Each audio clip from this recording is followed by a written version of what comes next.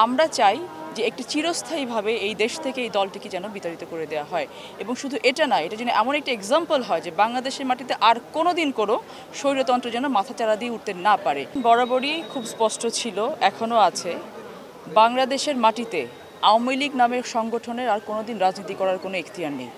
তারা বাংলাদেশের সাথে, বাংলাদেশের জনগণের সাথে যে বেইমানিটা করেছে, যে স্বৈরতন্ত্র কায়েম করে আমাদের মহান মুক্তিযুদ্ধের যে চেতনাটাকে তারা ধ্বংস করেছে, সেখানে তাদের কোনো স্থান বাংলাদেশের মাটিতে আর হবে না। কিন্তু নিষিদ্ধ করার যে বিষয়টা গতকালকে ঘটেছে, যে কারণে ঘটুক না কেন, সরকারের পক্ষ থেকে এক্সিকিউটিভ অর্ডারে একটি তাদের কার্যক্রম নিষিদ্ধ হওয়ার একটা ঘোষণা এসেছে, এটা আমরা দেখেছি।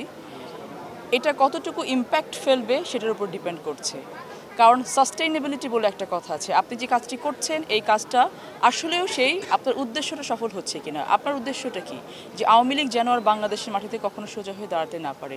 কিন্তু তার গুটি কয়েক কার্যক্রম নিষিদ্ধ করে কি সেটা করা সম্ভব হবে কিনা, তারা অন্য জায়গা দিয়ে মাথাচাড়া দিয়ে উঠবে কিনা, অথবা কোন ভিন্ন মতে বা কোন ভিন্ন উদ্দেশ্য নিয়ে এই কাজটি করা হলো।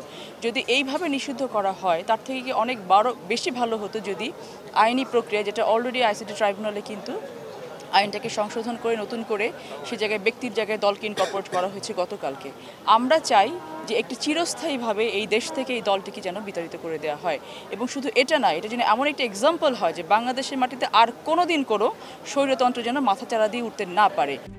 RICL TMX, যুগের পর যুগ স্থাপনা থাকে মজবুত। যারা দেশের জনগণের বিরুদ্ধে, রাষ্ট্রের বিরুদ্ধে, ফ্যাসিস্ট সরকার যারা এই ধরনের কোনো কিছু করবে, যারা স্বৈরতন্ত্র কায়েম করার চেষ্টা করবে, এরা যিনি কোনো মতেই, কোনোভাবেই আর বাংলাদেশের মাটিতে মাথা উঁচু করে দাঁড়াতে না পারে, সেই এক্সাম্পলটা ক্রিয়েট করা কি এইভাবে সংগঠনটাকে নিষিদ্ধ করে দিয়ে করা যাবে কিনা, এটা তো সময় বলে দিবে। তারপরে যেহেতু সরকার একটি সিদ্ধান্ত নিয়েছেন, আমরা দেখি যে সরকারের আসলে এই সিদ্ধান্তটা কীভাবে কার্যকর করে।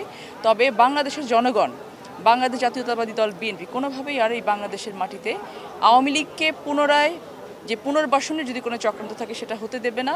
এবং বিএনপি এখন যে রাজনীতি করছে সেটা হচ্ছে যে বাংলাদেশে গণতন্ত্রকে পুনঃপ্রতিষ্ঠা করা। আর শুধু আওয়ামী লীগ না, কেউ যেন কোনোভাবে আবার ফ্যাসিজম ক্রিয়েট করতে না পারে, সেদিকে কিন্তু বিএনপি সুতীক্ষ্ণ নজর আছে এবং সেভাবে কিন্তু আমরা কাজ করছি। নির্বাচনটা তো আসলে তো আপনাকে কান্ট্রিতে একটা স্টেবিলিটি দরকার হয় নির্বাচনের জন্য।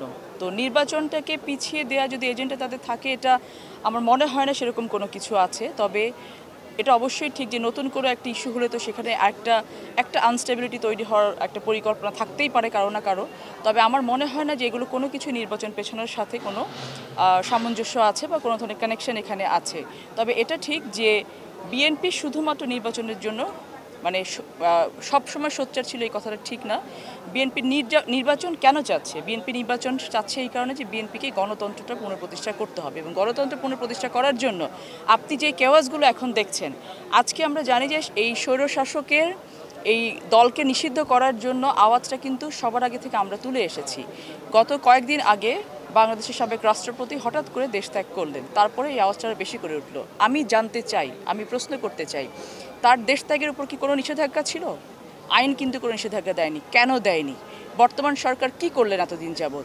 তিনি তো বিগত 5-10টি বছরে যে স্বৈরশাসক ছিল তাদের সবার অভিভাবক হিসেবে ছিল এই দেশে, এবং সেই প্রত্যেকটা কর্মকাণ্ডের দায় কি তার উপর বর্তায় না?